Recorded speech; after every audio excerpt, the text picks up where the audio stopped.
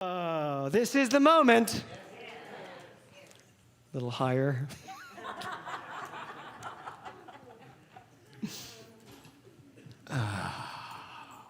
So, who wants to yell out for me what show that's from?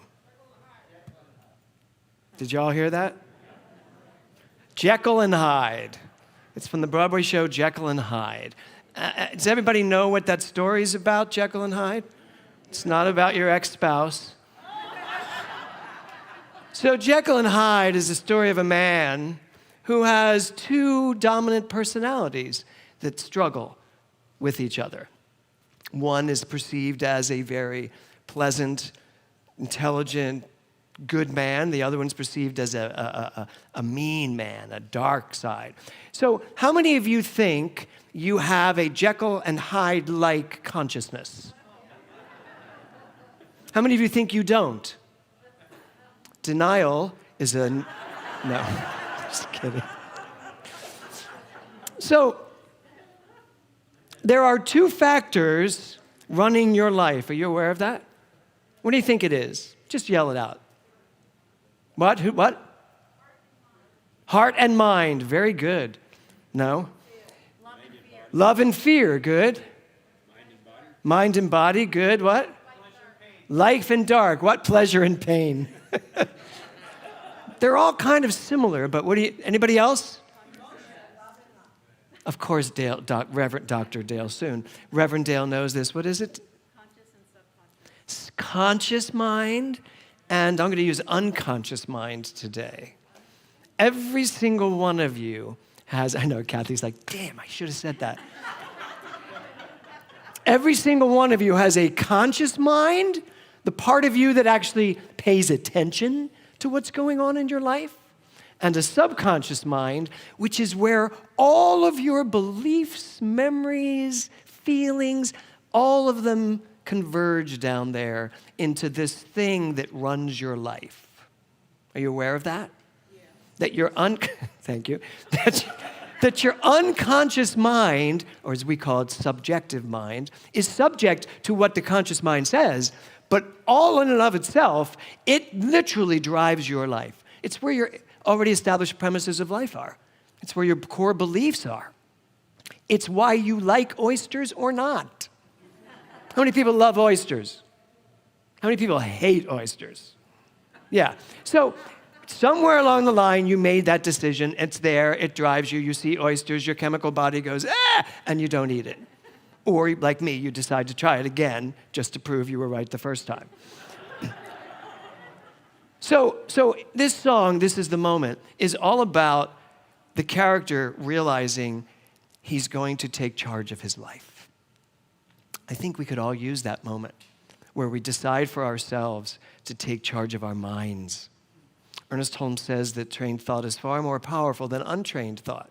Frankly, your subconscious mind, your unconscious mind, is untrained thought.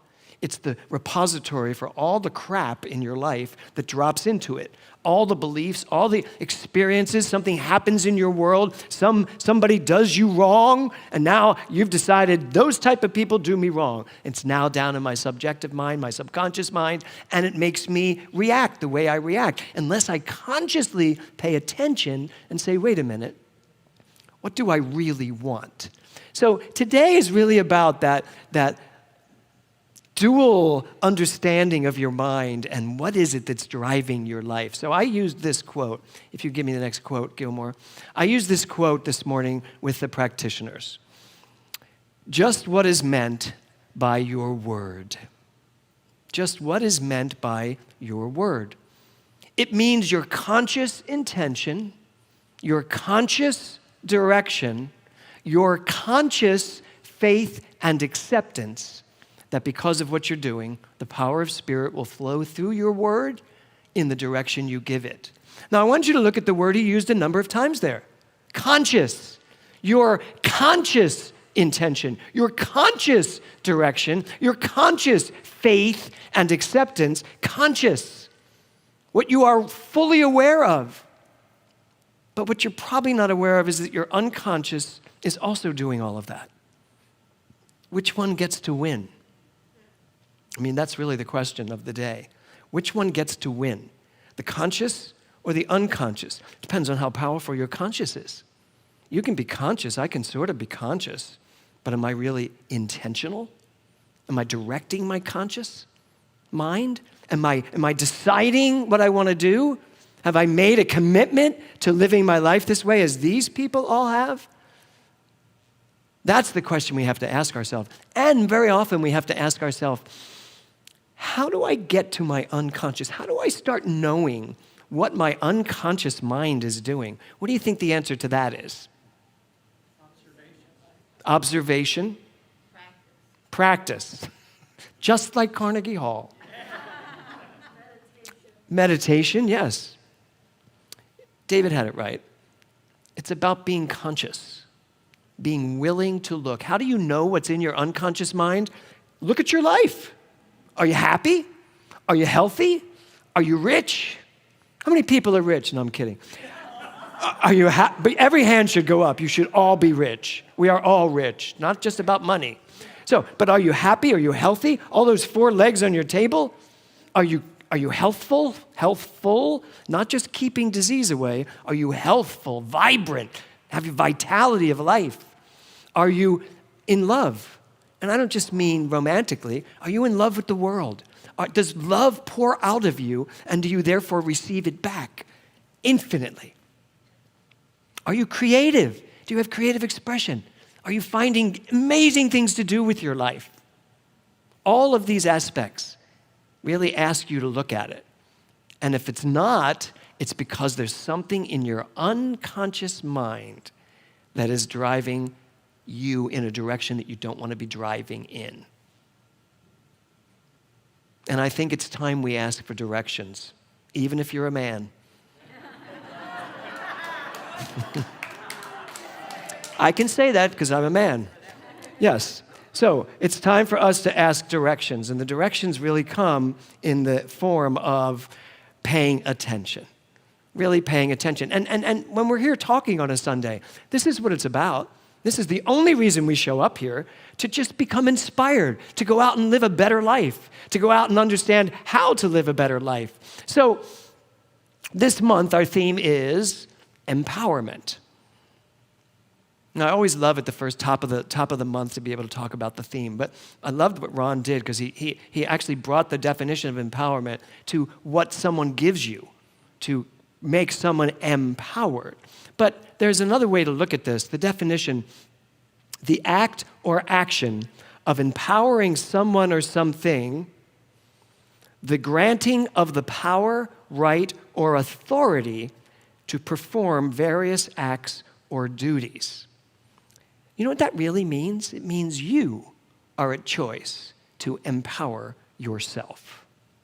And how many of us have spent our lives waiting for the world to empower us?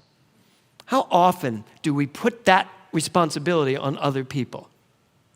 Our jobs, our relationships, anyone in the world that we come in contact with. There's some give and take that either takes my power away or gives me the power. But when you get it, really get it, that it's your job to empower yourself, things shift, they change. And you know how you have to empower yourself? You have to be willing to look at the unconscious mind.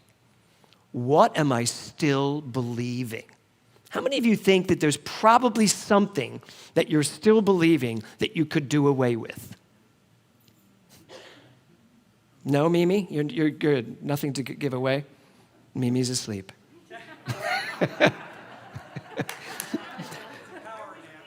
You were thinking about it, okay.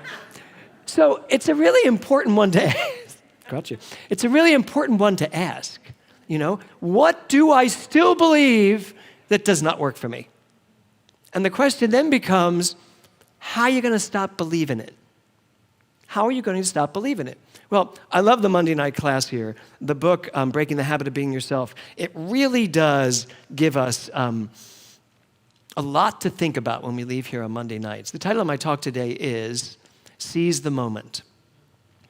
One of the things that Joe Dispenza is showing us in that book is this. He's showing us that much of what we believe comes with a chemical reaction in the body. So very often, a stimulus will come along that will tap into some belief you have. The belief taps into the chemical aspect of your being, your body, and the chemical aspect is what overwhelms you into behaving based on that belief. And it all starts with the stimulus. So you're walking around in your life, and somebody just says something that stimulates some belief, whether it be positive or negative. It stimulates the chemicals make your body react, and now you're basically following the fleet of your chemicals. So how do you fix that? You know it. You recognize it. You start to see when you are triggered. How many people here ever get triggered? Right? Okay, that's what those triggers are. A trigger is not just a horse. A trigger is something that taps into a belief. That's what a trigger is. And the minute it triggers you, your body reacts. You ever have that happen? Someone triggers you and you're like, "Wah!" And suddenly you are Jekyll and Hyde. One minute you are like the sweetest person and they say something, boom. Anybody else experience that besides me? Yeah, so that's what the trigger is. So we talk about empowerment. It's in that moment that you must seize the truth. Seize the moment. The minute it happens, now you know, and you can't pretend you don't now, because I've already told you.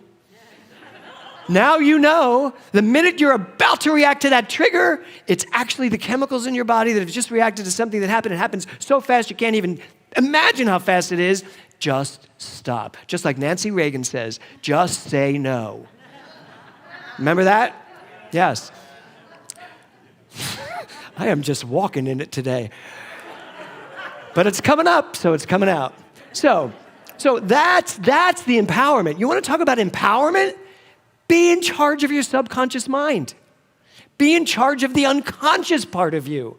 Pay attention to it, notice it, realize what it is, and then change it. Change it up. Just let it go. I've been trying this for the last few months, this idea of really following the chemicals in my body. Really following the idea of when I feel like something's gonna go amiss, actually, when I feel like I'm about to go amiss, I am literally stopping. I just stop. What is that thing when you get on fire, you stop and roll? What is that? Drop, roll, stop, drop, roll. Right. I'm trying that with my mind. Stop, drop, now roll with it, right? But I do. I'm asking myself, so okay, I want to do this.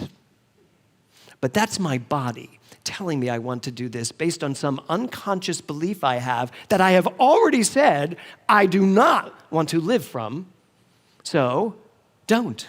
And then I don't, and I move on to the next thing. It's happened so many times now. I'm just like, this is like awesome. Someone should bottle this and give this out to people. And then I went, you can do that on Sunday. So I am bottling this for you today. Yeah, good? It'll be in the foyer. You can purchase it. No, it's all consciousness. It's understanding your Jekyll and Hyde self. It's understanding there are times when you don't want to behave the way you're behaving, right? There are times you wish you hadn't said that to that person, even though they deserved it, right? Because we know when someone deserves it. But maybe we shouldn't. Maybe we should just say, okay, yes, this was incorrect, but my chemical body that's about to purge right onto you is going to stop, drop, and roll. Roll with what? The truth that that's not who I want to be in life. And then more and more and more, I get to be who I want to be in life. So this month is your opportunity to empower yourself, to put the power where it belongs, in your conscious mind, and literally take the part of your mind, the unconscious, that has some things you want to work on, really take control of it. Trained thought, far more powerful than untrained thought. But you have to be willing to stand in your power. Can you give me the next slide, Gilmore? So this is from Ralph Waldo Emerson. Among the map makers of each generation are the risk takers, those who see the opportunities, seize the moment, and expand man's vision of the future. What is your vision of your future? Where do you see your future going? Can you expand it? Are you willing to expand it, as Emerson says? Are you willing to be one of the risk takers that stops living life based on your reaction to what life is giving you, and that starts living life based on you knowing who you are so profoundly that you decide how you react? Not your body, not your chemical reactions, not your past, not everything you've built up so far in your life, but you've actually taken your conscious mind like this, made the commitment to take the risk to state, here's what I want out of my life, and I will not accept anything less. When you do that, when you absolutely say that, then it doesn't matter. All the triggers that come along, all the chemicals that pop up in your body and tell you, no, no, no, no, no, danger, Will Robinson, don't go there. You're like, been there, done that, I'm moving on. That's what this month can be like. If you are willing to own your conscious mind, expand your conscious mind, notice, K-N-O-W-tis, notice when something does not feel right. When something doesn't feel right, the body does lead us. If the body's telling you something doesn't feel right, the body's telling you that because something activated it. It's not out of nowhere. Something activated it. And it's not a germ. It's not something out there. Something in here has activated the body to let you know something's up. And before you travel to 76 doctors for them all to tell you a different story, I think it's better to check in with your conscious mind and say, okay, why am I feeling this way? What's not what I want in my life? We get to do that. We get to be that powerful. We are that powerful. But we have to know it. We have to empower ourselves to do it, to be it. And then we have to take the Jekyll and Hyde factor and quash it. Is that a word, quash? Squash it. No, I like quash. Quash it. Just be willing to say, I am willing to be conscious. I am willing to be alive, awake, aware. I am willing to direct my thoughts where I want them to go, and I am willing to nip it in the bud every time the chemical reaction comes up and says, you need to behave this way. This is how we behave. This is what we do when ... Not anymore. Here's your month. I invite you this month, empower yourself to start understanding what's real and what's learned. And then decide if what you learned makes sense or if you would like to throw it out and learn something new. Namaste.